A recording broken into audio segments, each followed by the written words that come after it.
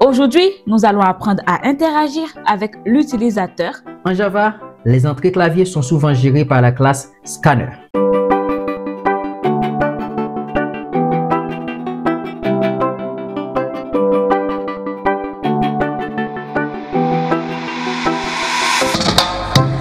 Salut à tous et bienvenue sur la chaîne Solid Code App. Je suis ici avec Marie. Salut à tous et bienvenue dans cette nouvelle vidéo. Aujourd'hui, nous allons apprendre à interagir avec l'utilisateur en récupérant les entrées clavier en Java. C'est un aspect fondamental pour rendre vos programmes interactifs et dynamiques. Exactement. En Java, les entrées clavier sont souvent gérées par la classe Scanner. Cette classe permet de récupérer des données de différents types comme des chaînes de caractères, des flottants, des entiers et bien plus encore. C'est simple et puissant. Voyons tout ça en détail dans notre écran noir. Alors, j'espère qu'on est tous dans l'écran noir. Tout d'abord, Scanner est une classe qui fait partie du package java.util et elle permet de lire des données à partir du clavier. On l'utilise pour rendre nos programmes plus dynamiques en récupérant des informations directement de l'utilisateur. Voici le roadmap qu'on aura à suivre. Dans un premier temps, nous allons créer un objet Scanner. Nous allons demander des informations à l'utilisateur. Nous allons lire ces informations. Nous allons afficher ces informations à l'utilisateur. Et du coup, nous allons aussi voir quel type de piège à éviter. Nous allons aussi faire des lectures multilignes. Par exemple, nous pouvons demander à un utilisateur de saisir des données. L'utilisateur fait juste un copier-coller. Il y a plusieurs lignes de données à lire. Nous allons voir comment lire tout ça ensemble. Très bien. Commençons par créer un objet Scanner.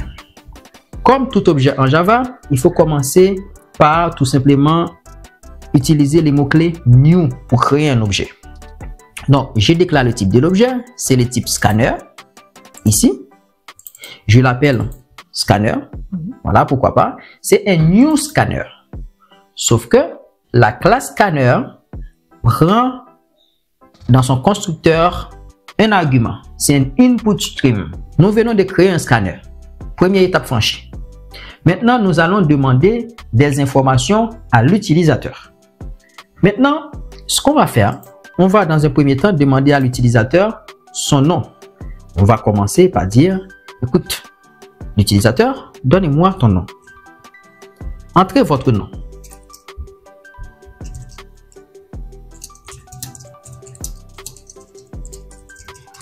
Bravo. Et par la suite, on doit récupérer en fait la ligne que l'utilisateur a saisie. Donc, c'est pour cela qu'on va se baser sur le scanner. On va faire appel à sa méthode nextLine. Quand on fait appel à nextLine, il récupère ce qu'il y a dans la ligne et il va l'affecter à la variable qu'on définit qui est la variable name, qui est le nom de l'utilisateur. Maintenant, on va faire simple. On va juste afficher ce que l'utilisateur a saisi. On va le dire. On va juste dire bonjour. Bonjour avec le nom d'utilisateur. Comment puis-je vous aider? D'accord? Okay. Maintenant, on va lancer cette application. Si on lance l'application, qu'est-ce qui est affiché dans notre écran? Entrez votre nom. L'utilisateur n'a qu'à cliquer et pour saisir son nom. Quel nom qu'on va saisir? Alice. Ouais. On continue avec Alice, on l'aime bien. Alice. Et on fait Enter. On appuie sur la touche Entrée du clavier. Qu'est-ce qui est marqué? Bonjour Alice, comment puis-je vous aider? Super. C'est excellent. Du coup, on va continuer. On va peut-être demander à l'utilisateur son âge. Continuons. Ok. Donc, on va dire qu'il y a un petit problème d'encodage. Nous allons tout simplement demander l'âge de l'utilisateur. Tu vois? Entrez votre âge. Ça, c'est l'information que l'utilisateur voit afficher. Du coup, ce qu'on doit faire, on doit récupérer l'âge de la personne. Ah, donc, comme vous pouvez le voir, l'âge, c'est un entier. Du coup, pour les entiers, au lieu d'utiliser nextLine, on va utiliser nextInt. Remarque, dans nextInt, on voit aussi int. N'oublie pas, le type int, c'est le type entier. Oui. Quand on dit nextInt, logiquement, on voit entier. Oui. Donc, forcément, NextInt doit récupérer un entier. Un entier. Donc, et par la suite, on affiche à l'utilisateur, ah, vous avez, Tel. Okay. voilà, on a concaténé l'âge de l'utilisateur avec une phrase. Vous avez plus âge plus 1. Donc, on a fait juste une concaténation pour pouvoir afficher cette phrase. On va relancer l'application. Je trouve ça super intéressant. Moi aussi. Nous allons relancer l'application pour voir un peu qu'est-ce que ça va sortir. Dans un premier temps, on continue. On demande à l'utilisateur son nom. On continue avec Alice. Et puis, on dit entrez votre âge.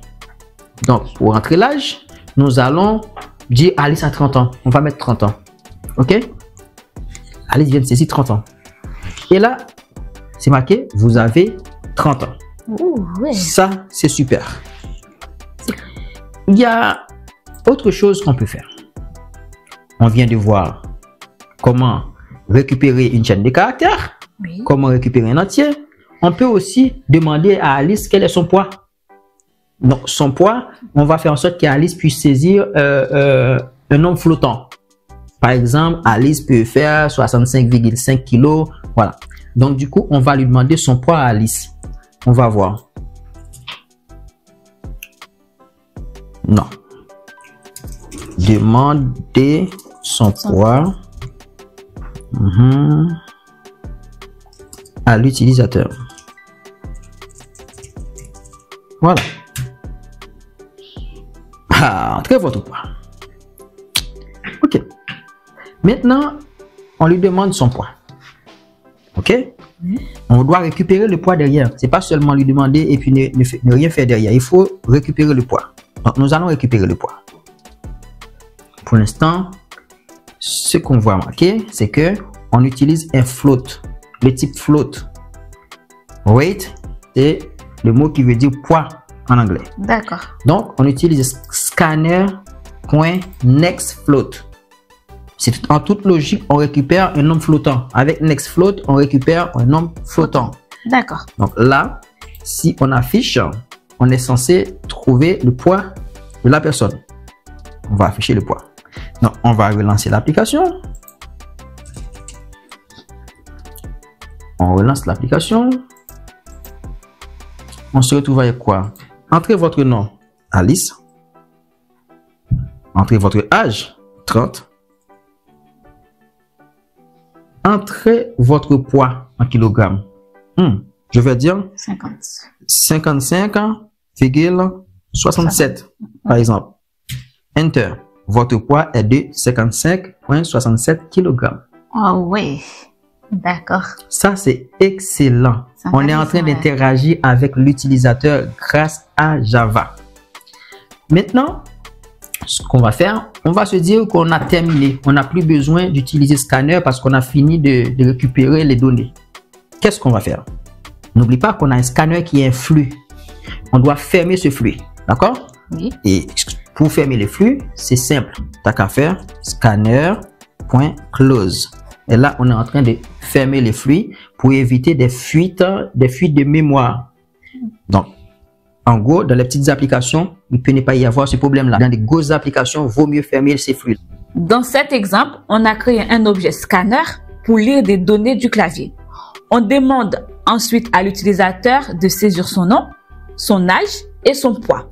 À chaque fois, on utilise une méthode différente de scanner pour lire le type de données attendues. NextLine pour une chaîne de caractères, NextInt pour un entier et NextFloat pour un flottant. Alors, maintenant, on est à la 5e étape de notre roadmap. Nous allons devoir gérer ce piège. Comme je vous l'ai dit, il y a un petit piège à connaître. Quand tu utilises NextInt ou NextFloat, Next d'abord, hein, Scanner ne consomme pas la nouvelle ligne générée par l'appui sur la touche Entrée. Cela peut causer un problème si tu veux ensuite lire une chaîne de caractères avec NextLine. On va déjà commencer par générer l'erreur et puis par la suite, nous allons voir un peu comment corriger l'erreur. Déjà, dans la procédure, on vient tout juste de récupérer un NextFloat ici. Et le piège, c'est après NextFloat, on a un problème pour récupérer un next line. Donc, ce que je vais faire, je vais demander à l'utilisateur son prénom, comme vous voyez ici. Je lui demande son prénom. Comme ça, l'utilisateur va me fournir quelque chose et ce quelque chose-là sera un next line. Donc, je vais juste utiliser next line, ok, pour récupérer le prénom de la personne. Et je vais tenter d'afficher ce prénom. Maintenant, on relance l'application. On va relancer l'application avec l'erreur. Il est à noter que j'utilise Scanner avant de fermer le flux. Si on a déjà fermé le flux, on ne peut plus utiliser Scanner. On lance l'application. Il me demande quel est votre prénom. Je vais dire Antoine. Ok. L'âge 30. Poids 70 kg. Et après poids, qu'est-ce qui se passe? Il me demande même pas mon prénom. Il me dit tout simplement entrez votre prénom, des points, votre prénom S. Donc voilà le piège. C'est ça le problème justement. Donc il y a un next line, il y a un petit quelque chose quand tu appuies sur la touche d'entrée. Il y a une ligne qui est générée que tu dois éviter. Comment éviter le piège? Nous allons éviter le piège. Pour éviter le piège, sachant qu'on vient d'utiliser next float ou bien next int, tout ce que tu veux avant de demander à l'utilisateur de saisir une chaîne de caractères, il faut clear tout ça. C'est-à-dire, on va consommer cette ligne qui a été générée par la touche entrée. Il faut le consommer. On va rien faire, on va pas l'afficher, on va juste consommer ça. C'est-à-dire, on va appeler notre scanner. On va dire scanner, consomme-moi cette ligne-là, hein, next line. C'est cette ligne-là qu'il faut ajouter après le next float ou bien next int avant d'utiliser, avant de demander à l'utilisateur de saisir une chaîne de caractères. Ça évite le piège. Bon, on va lancer pour voir si vraiment est-ce que ça évite notre piège. On lance l'application. Quand on lance l'application maintenant, demande mon nom, je dis Antoine toujours. Ben l'âge, je dis 30. Et poids, je dis 70 kg. Et puis, ça me demande quoi? Entrez votre prénom. Je peux dire Bob. Et là, il me dit, votre prénom est Bob. Voilà comment on évite ce genre de piège. Abordons maintenant la prochaine étape de notre roadmap qui est la lecture des textes multilignes. Pour pouvoir récupérer des textes multilignes, il nous faut utiliser ce qu'on appelle une boucle en Java. Et ne vous inquiétez pas, on n'a pas encore fait les boucles, mais dites-vous bien, en Java, une boucle, c'est une structure de contrôle qui permet de répéter une action ou bien un bloc d'instruction plusieurs fois, tant qu'une condition est réunie. Nous allons tout simplement voir sur quelles conditions on va se baser pour répéter l'action en demandant à l'utilisateur à chaque fois de saisir une information. D'accord? Donc maintenant, ce qu'on va faire, ce que je vous propose d'abord de afficher un message à l'utilisateur d'abord. Dans ce premier temps, c'est ce qu'on va faire. On va lui dire à l'utilisateur, entrez votre adresse sur plusieurs lignes. Voilà. Ça, c'est bien. On lui dit ça. Sauf que son adresse, l'utilisateur va pouvoir nous les donner sur plusieurs lignes. Mais à chaque fois que l'utilisateur tape une ligne, il va appuyer sur entrée. Oui. Parce que sinon, on n'a pas les moyens de tout récupérer en même temps. Sinon, l'utilisateur peut faire un copier-coller aussi. Si on copie-colle un message avec des retours à la ligne, on le gère aussi. Ça, il n'y a pas de problème. D'accord. Maintenant, ce que je vais faire, je vais tout simplement utiliser une boucle.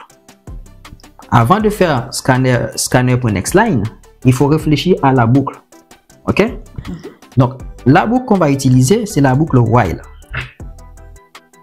On ne connaît pas encore ce que c'est la boucle while. Non. Ne vous inquiétez pas. C'est juste une boucle qui nous permet tout simplement de répéter l'action tant qu'une condition est réunie. La condition ici, ce sera quoi?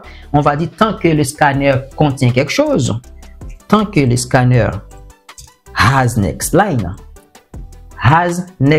contient une nouvelle ligne. Tant que tu trouves une nouvelle ligne dans le scanner, alors continue de faire cette action.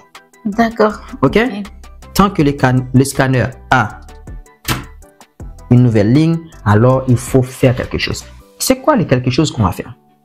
Le quelque chose qu'on va faire, c'est tout simplement d'alimenter l'adresse. C'est l'adresse qu'on demande. Oui. Donc, on va créer une variable qui va stocker l'adresse. Mais cette variable ne sera pas dans la boucle. OK? Oui. Adresse, l'adresse de l'utilisateur. OK? Et là, on va dire que l'adresse est vide. Il n'y a rien dans l'adresse. Ouais. OK?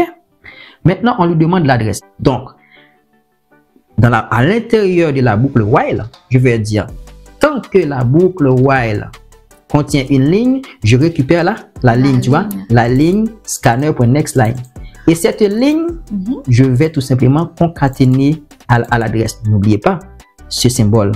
Plus égal, on l'a vu dans une vidéo précédente, plus égal fait quoi? Ça fait une concaténation. D'abord, je concatène la valeur suivante avec la valeur précédente de l'adresse. En plus, j'ai affecté la nouvelle valeur à la variable adresse. Ça fait d'abord une concaténation plus une affectation. Donc, ce qui se passe, c'est que la valeur de l'adresse ici, c'est une chaîne vide. Oui. Je vais juste concaténer la nouvelle ligne plus /n. C'est quoi? /n veut dire retour à la ligne. Quand on tombe sur ça en informatique, ça veut dire retour à la ligne. Donc là, ce qu'on vient de faire, c'est tout simplement récupérer l'adresse de la personne. Mais là, il y a un problème. Le problème, c'est qu'on doit regarder si la ligne aussi est vide. Si la ligne est vide, il faut s'arrêter. Parce qu'à un moment donné, l'utilisateur aura fini de saisir ces informations. L'utilisateur va juste faire Enter. Dans ce cas, la ligne qu'on a, c'est une ligne vide. Oui. Donc, il faut pas lui demander à chaque fois. Voilà. Donc, ce qu'on va faire, on va tout simplement regarder si la ligne est vide. Si cette fameuse ligne line.isempty, c'est un mot anglais, isempty, hein? Isempty, c'est anglais. Est-ce que c'est vide? OK? Si c'est vide, alors on arrête la boucle. Le mot break veut dire la boucle s'arrête. OK. Break, on arrête tout. Break. Si la ligne est vide, ça veut dire l'utilisateur appuie sur la touche entrée sans avoir saisi quelque chose. Donc, on arrête tout. OK? D'accord. Maintenant, n'oubliez pas, on a une boucle. À l'intérieur de la boucle, on répète cette instruction. Oui. On va sortir, on va quitter la boucle. Parce que là, on aura récupéré tout ce dont on a besoin. Il faut quitter la boucle. Après, quand on quitte la boucle, maintenant, on doit afficher l'adresse que l'utilisateur aura saisie. On va lui dire, votre adresse est. On lui donne son adresse. On lui dit, voilà, c'était ça votre adresse. OK? Bon. C'est intéressant. C'est très intéressant. Nous allons lancer cette application. OK? Nous allons lancer cette application, espérant que ça marche. On va clear d'abord. On lance l'application. OK. L'utilisateur demande quoi? Le nom de qui? Bon, demande le nom. On va dire Dubois. Ah, c'est quoi votre âge, Dubois? On va dire 35 ans. Le poids, Dubois. Ah, mais Dubois, il a quand même 70 kilos. C'est quoi votre prénom? Mais c'est Bob. Et là, votre prénom est Bob. Entrez votre adresse sur plusieurs lignes. Donc, où est-ce qu'il habite, Bob? Bob, il habite à Paris, en France. Dans quelle adresse? Paris. On va mettre deux lignes, OK? Paris. OK. Tu continues, hein? Paris. Et tu vas mettre 75, dans les 75. Le code postal. Tu continues, hein? Ben, tu dis au coup de France. OK? Et là, il te demande encore hein, d'écrire. Sauf que tu n'as plus rien à écrire. Oui. Il faut juste faire appuyer sur Entrée. Qu'est-ce qui se passe? Votre adresse est Paris 75 000 France. Voilà. Super. Donc, on vient de faire tout simplement des entrées clavier où on récupère des informations multilignes. On a utilisé une boucle while. C'est une bonne chose. Oh, c'est pas fini, c'est pas fini, c'est pas fini. Il nous reste un petit bonus. La gestion des erreurs avec try catch. En fait, c'est pas un petit bonus, hein. C'est vraiment un gros bonus. Ça va nous éviter beaucoup de problèmes. Du coup, imaginons que l'on demande à l'utilisateur un entier. Par exemple, tu lui demandes son âge. mais qu'il tape autre chose. Pour éviter un crash au programme, on peut utiliser un bloc try catch pour intercepter cette exception ou cette erreur. Donc, ça va nous sortir une erreur ou quelque chose d'autre? Alors, ça peut afficher ou bien retourner une erreur à l'utilisateur pour lui indiquer je t'ai demandé ton âge, mais ce que tu m'as donné là, c'est pas un entier. Donc, ça, c'est si tu as utilisé ce bonus-là pour gérer l'exception. Mais si tu n'as pas géré l'exception, l'application plante. Quand ça plante pas seulement pour cet utilisateur qui a saisi de mauvaises données. C'est ton application qui plante. C'est pour tous les utilisateurs. L'application arrête de fonctionner et tout. On va faire un test d'abord sans la gestion des exceptions. Et puis après, on va apporter la correction. On va lancer notre application d'abord pour tester. On me demande mon nom. Je vais dire, je m'appelle Bob. Et là, on me demande mon âge. Sauf que j'ai pas fait attention. Je pense que c'est mon prénom qu'on me demande. Ouais. J'écris Dubois. Qu'est-ce que tu vois ici? Exception in thread main machin. Et l'application arrête de fonctionner. Là, tu peux plus rien faire. Elle ne demande plus rien. C'est l'application qui est sur ton serveur qui arrête de fonctionner. Ah oui, d'accord. Donc, on doit éviter cela pour retourner une information à Bob pour lui dire Bob, ce que tu m'as donné là, c'est pas ton nom. C'est pas ton âge. Ok, d'accord. Bon, on va travailler là-dessus. Donc, pour le bonus, on va se baser sur l'âge. On va retourner dans l'âge. On va utiliser un bloc try catch. Try catch. Voilà. On va utiliser ce bloc try catch. Qu'est-ce que c'est try catch? On a le mot try en anglais qui veut dire essaye. On a le mot catch qui veut dire j'attrape. Donc, qu'est-ce que tu essayes, qu'est-ce que tu attrapes? D'accord. Voilà. Ce qu'on va faire, on va tout simplement essayer tout simplement de récupérer l'âge de la personne. C'est ça qu'on essaye. Oui. OK? On va lui dire, essaye ça. Donc, on va lui dire, try, essaye-moi, essaye de récupérer l'âge. OK? Si tu arrives, affiche l'âge. Try. Après avoir utilisé le mot-clé try, il faut mettre une paire d'accolades. OK? Après le try, tout de suite, il faut mettre un catch. Donc, le catch, il faut lui dire qu'est-ce que tu catches comme ça. Exception, c'est une classe parente. C'est la classe parente de toutes les exceptions en Java. Donc, on pourrait dire, catch-moi une exception globale. Mais on sait quel type d'exception qu'on va avoir. Si la personne met un mauvais type, on sait quel type d'exception. C'est une exception qui s'appelle input mismatch exception. Input mismatch exception. Ça veut dire, il y a mismatch. C'est-à-dire, l'input n'est pas matché. Ce que tu as saisi, ça ne matche pas avec ce qu'on attend. OK? Alors, ceci dit, il nous faut afficher un message à l'utilisateur pour lui dire ce que tu me donnes là, c'est pas un nombre valide. Mais tu peux continuer. Votre âge n'a pas été pris en compte car ce n'est pas un nombre valide. Voilà. On va aussi lui dire qu'il peut passer à l'étape suivante. Passons à l'étape suivante. Bien. Là, si on fait ça, on pense qu'on est bon, on est content, on va lancer l'application. On va avoir une petite surprise. Je lance l'appli. Le nom, c'est Dubois. On me demande l'âge. Je vais faire l'erreur de saisir Bob parce que pour moi, je pense que c'est le prénom qu'on me demande. Ah! Malgré la gestion d'exception, je me retrouve encore avec mon application qui est plantée. Alors pourquoi? Bien, ce qui se passe ici, ton application n'est pas plantée à ce niveau-là. La gestion d'exception s'est bien passée parce que l'application affiche bien votre âge n'a pas été pris en compte. Vous pouvez passer à l'étape suivante. Donc, c'est dans l'étape suivante que se trouve le problème. C'est l'étape suivante qui consiste à lui demander son poids qui pose problème. Alors, pourquoi ça pose problème alors qu'il n'y avait pas de problème avant? Eh bien, le problème, c'est quoi? C'est que après avoir lancé une exception, avec input mismatch exception, le scanner reste dans un état incorrect pour la prochaine lecture. Tu vois? D'accord. Du coup, il y a des risques de lire une entrée incompatible et tout ça. Donc, c'est pour cela, quand on a une exception avec le scanner, il faut penser à consommer ce qui a été saisi. Et n'oubliez pas, surtout quand on fait Enter, l'entrée clavier génère un retour à la ligne aussi. Oui. Donc, pour le coup, il faut consommer tout ça. Ce qu'on va faire, on va dire scanner.nextLine. Voilà. Il y a une exception. Alors, on affiche les messages et puis on fait scanner.nextLine pour pouvoir consommer cette entrée clavier. On lance l'application.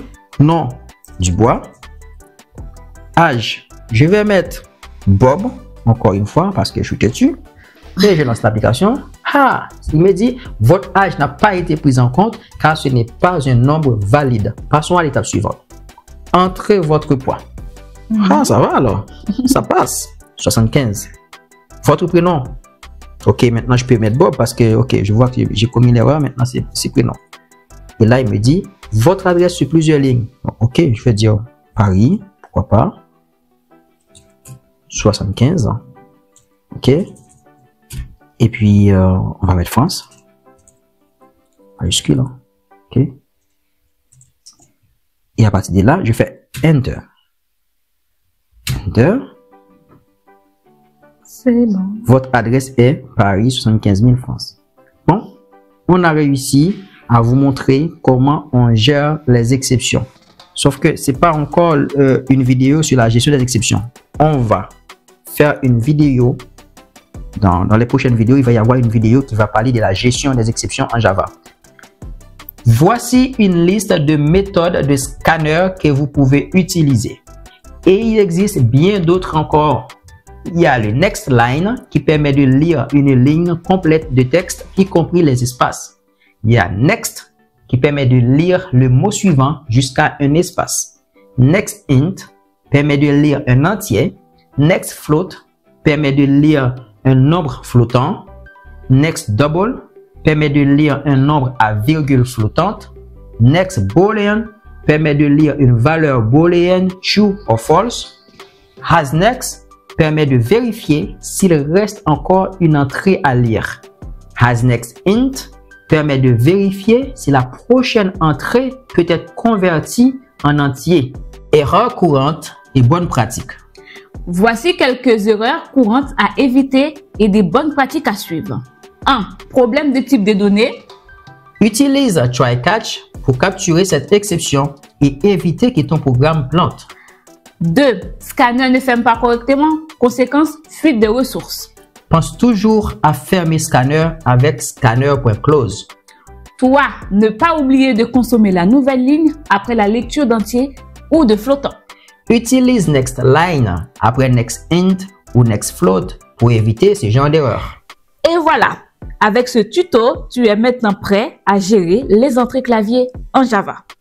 Utiliser Scanner te permet de rendre tes programmes interactifs, dynamiques et réactifs aux besoins de l'utilisateur. Si tu as trouvé cette vidéo utile, laisse un like et n'oublie pas de t'abonner pour plus de vidéos sur Java. À bientôt pour de nouvelles aventures en programmation. Et merci d'avoir regardé cette vidéo et à bientôt pour plus de tutoriels Java. Et n'oubliez pas, la pratique, c'est la clé.